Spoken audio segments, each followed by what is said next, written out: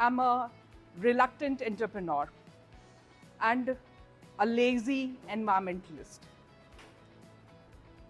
I have just dragged myself into these three questions. If not me, then who? If not now, then when? If not this, then what? And today, we are just going to revolve around the third question. If not this, then what? It all started, like I said, as a lazy environmentalist. I was happy doing what I was doing in the vicinity of my household, telling myself I am doing my best. But the best is not enough anymore, because this is not the time to talk. This is the time to take action.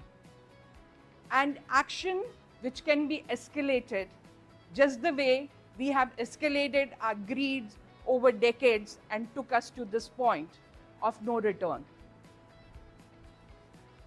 I really want to emphasize it by making it fearful.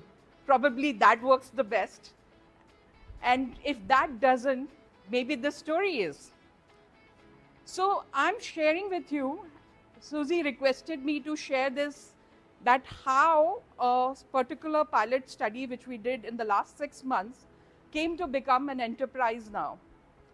So it all started because I was a home composter for a few years, and gradually from being a home composter, a few of us got together and started a community garden. And from the community garden, we said, oh, we need to have organic matter for the garden because our soil is not good. So what do? So we started community composting project for only serving the garden. And this was primarily hot composting. Raise your hand if you're aware of what composting is. Okay, so for the benefit of those who aren't, let me share. Composting is a natural process. It is, if we say what we are doing, we can put it in the category of biomimicry, because what biomimicry means, we are just mimicking the natural resources, trying to make it little fast, natural processes. So in composting, we bring together the green matter, which is primarily the food waste from our house, and the brown matter, which is primarily the browns, which we find as dry leaves, sawdust, cardboard, egg trays, human hair, dry leaves, a lot of those. Bring them together in a certain ratio, and then let the nature do its job to convert it back into the soil. So composting is the most cheapest and easiest way to convert something back to the soil. So it's the most circular way, and I started from home like I shared. So now my journey has reached till my community composting project. And we realized we are just 15, 20, 40, 20 people who are bringing the green waste from their house, because our limitation is in a hot compost, you cannot put cooked food. So that is going down the drain in most of our houses.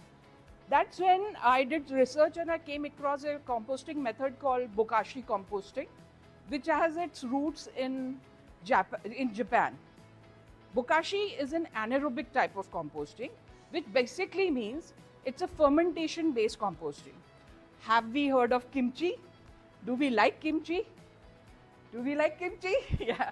So it's like making kimchi out of your waste, because you have this powder which has microbes in it.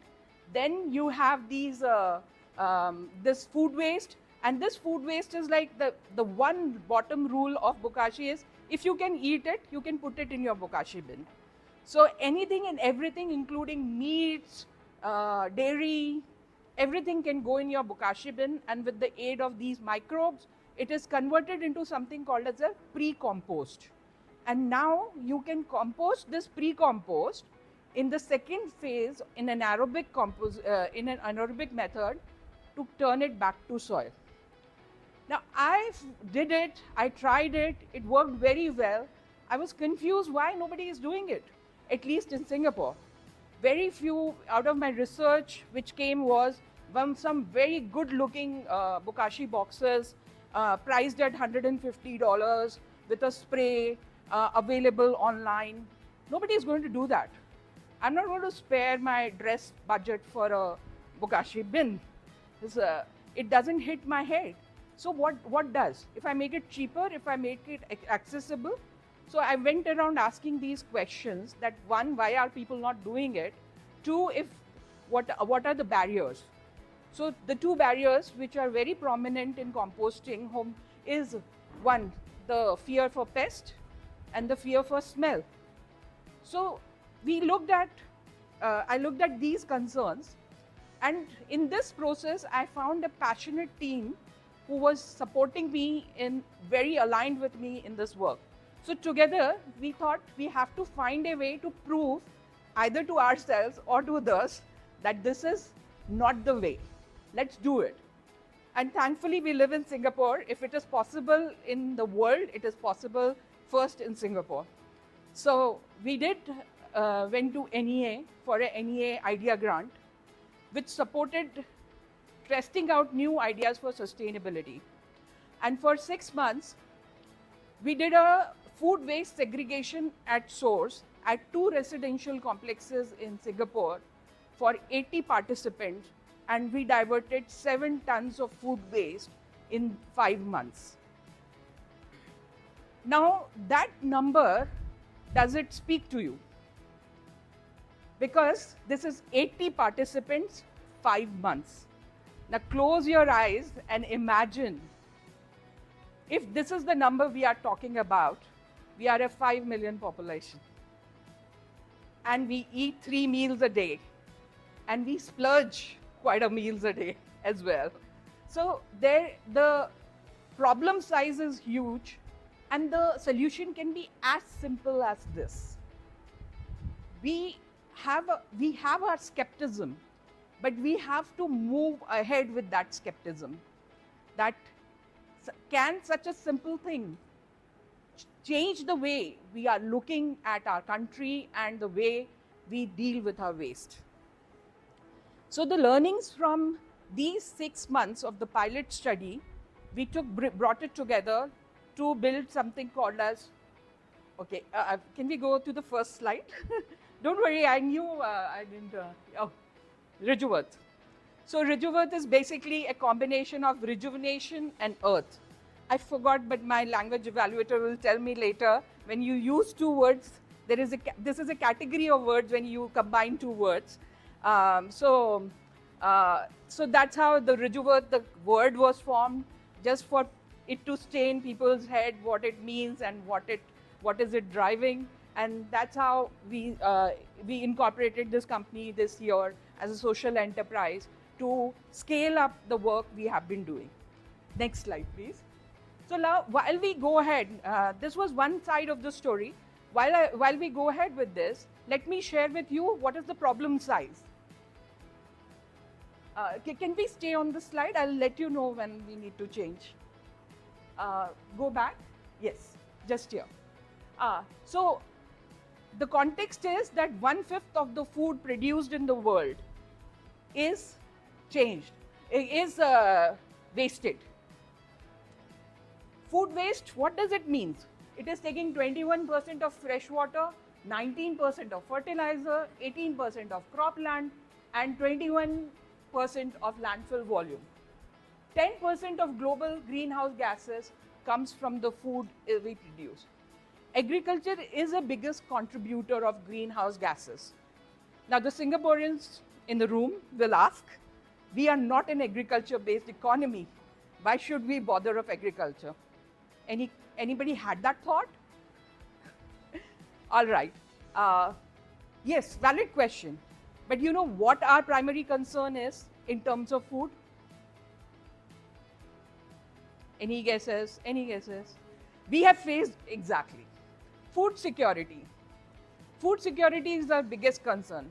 That is the reason why we should think of agriculture, because we play a very pivotal role of being the developing nation in the ASEAN region.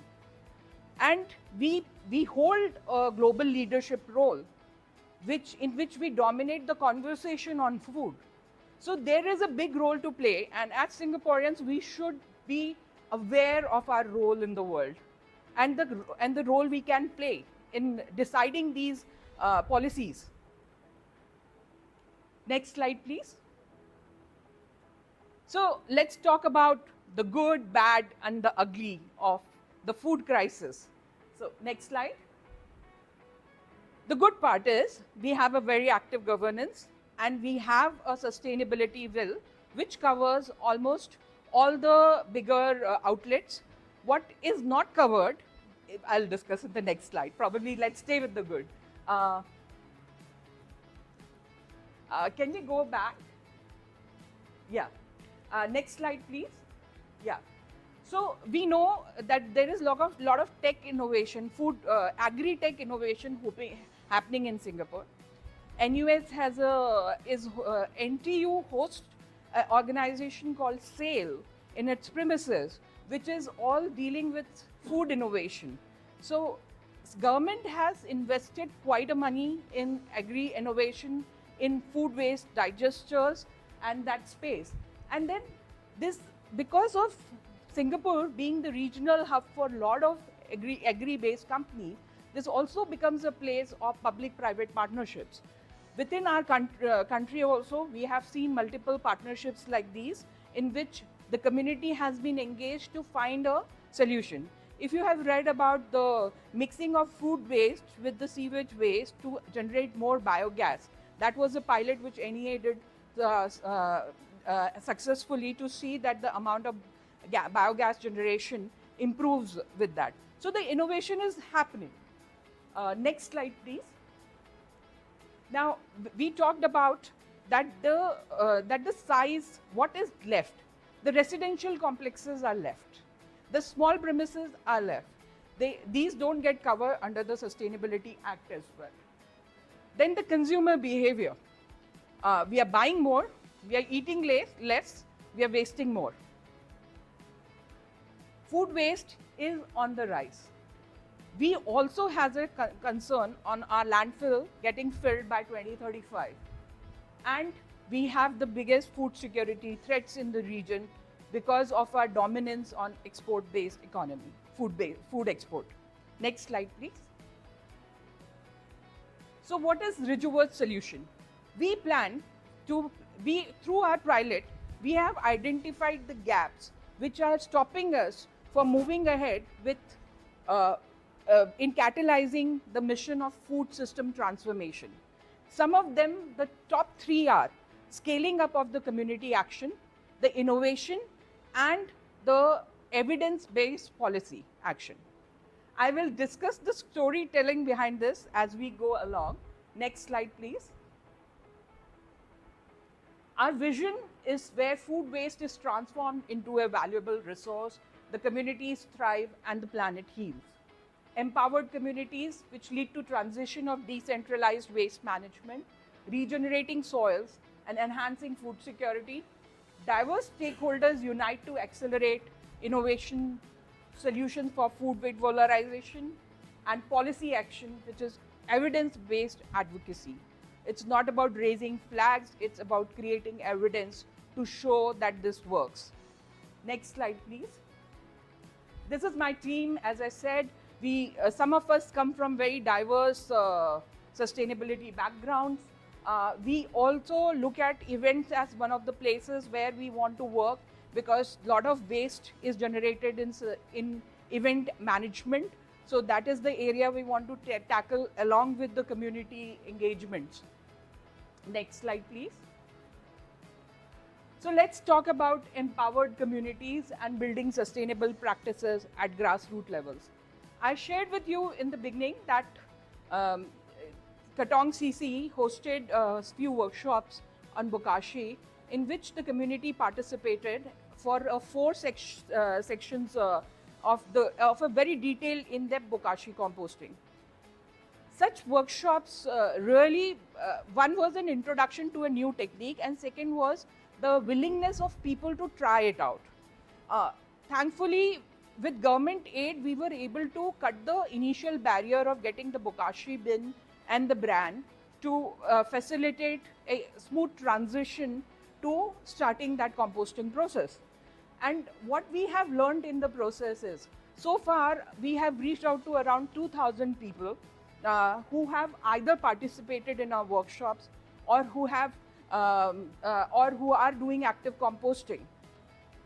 So one of the learnings from the pilot was, once we finished the pilot on 31st December, we knew we have to transition to a self-sustainable model for both the residential complexes. I'm very happy to share that the community in both the places have taken charge of their composting now. They have a self-running composting unit, and they are using the compost to replenish their landscaping and also to support their community garden. So we know that the waste which we created in our households can be used right there in our gardens, and it is enough to support the entire residential complex. Next slide. When we talk about policy action, again, few learnings from the project was, the Gardens by the Bay was one of the collaborators on the project. There was a blurriness around, this is a project which is funded by NEA. Gardens by the Bay is a collaborator. Still, there is a lot of blurriness around whether this should be done this way. Oh, will this be allowed? Will this be okay? So a lot of these questions which are arising are good on one side, because we need to put them somewhere and clarify that yes, it's okay to do composting in your HDB block. If yes, it is okay to do composting in your condo. It's okay to do composting in your garden. So that clarity will disperse some of this fogginess, which as an individual is confused. Today, if one of you wants to start in your area, you're like, oh, I'm not sure whether we can do it. I don't know how people will react to it. So there has to be a guideline and a procedure of how this is going to be. So one of the deliverable as part of our project, we created a playbook, which is an open source playbook available on our website for people to use who want to start off this project in their own neighborhood. Rijuvat will provide every support which you need because we have documented the whole pilot study very well, which we are putting on our website for anybody and everybody to use who want to start a similar thing in their neighborhood. Next. So we see that the current policies often don't fully support decentralized, nature-based food waste solutions. And the opportunity is that the evidence-based policy changes can unlock the potential of food waste as a resource. I am not going to read it, but I think I have shared this, that we want to incentivize nature-based solution. People should not feel scared of doing things if they have the right procedure, if they know how to do it. And one of the important learning from the pilot study again was continuous training and education. I think the reason I feel this project was a success was because we provided online support, in-person support, and we continuously trained our participants on how to do it and do it well, which has paid off now that they don't need that training, but we still continue to provide continuous training to them. Collaborative innovation. Innovation is necessary and it comes to different platforms. Right now, this platform is also a place of innovation where we are sharing our ideas, and similar such platforms. And Rijuvat is trying to create a platform like this wherein we can share how we can do things in a much better way. And if somebody has an idea and they want to test it out, this is the platform to come onto, because then you have the required infrastructure you need for us to test a new idea. Next. So we connect stakeholders, we spark innovation, we scale solutions. So we are working very closely with a lot of educational institutes because we feel this is the future. children are the future of the world, and this is for their future. They have to be a stakeholder in it. So that is another place. So I will skip to the next slide. What does success look like to us? Next slide, please. I want you to imagine this Singapore, which is a thriving, edible garden city. Not a garden city, but an edible garden city, where urban spaces are fertile ground, nourished by local resources, regenerated lands, and it's a national model, empowered communities, measurable impact, because success is a Singapore where food waste is no longer a burden, but a valuable asset, powering a sustainable circular future. So this is my manifestation for our work going forward. Next slide. If you want to know more about our work, reach out to us. And next slide, please.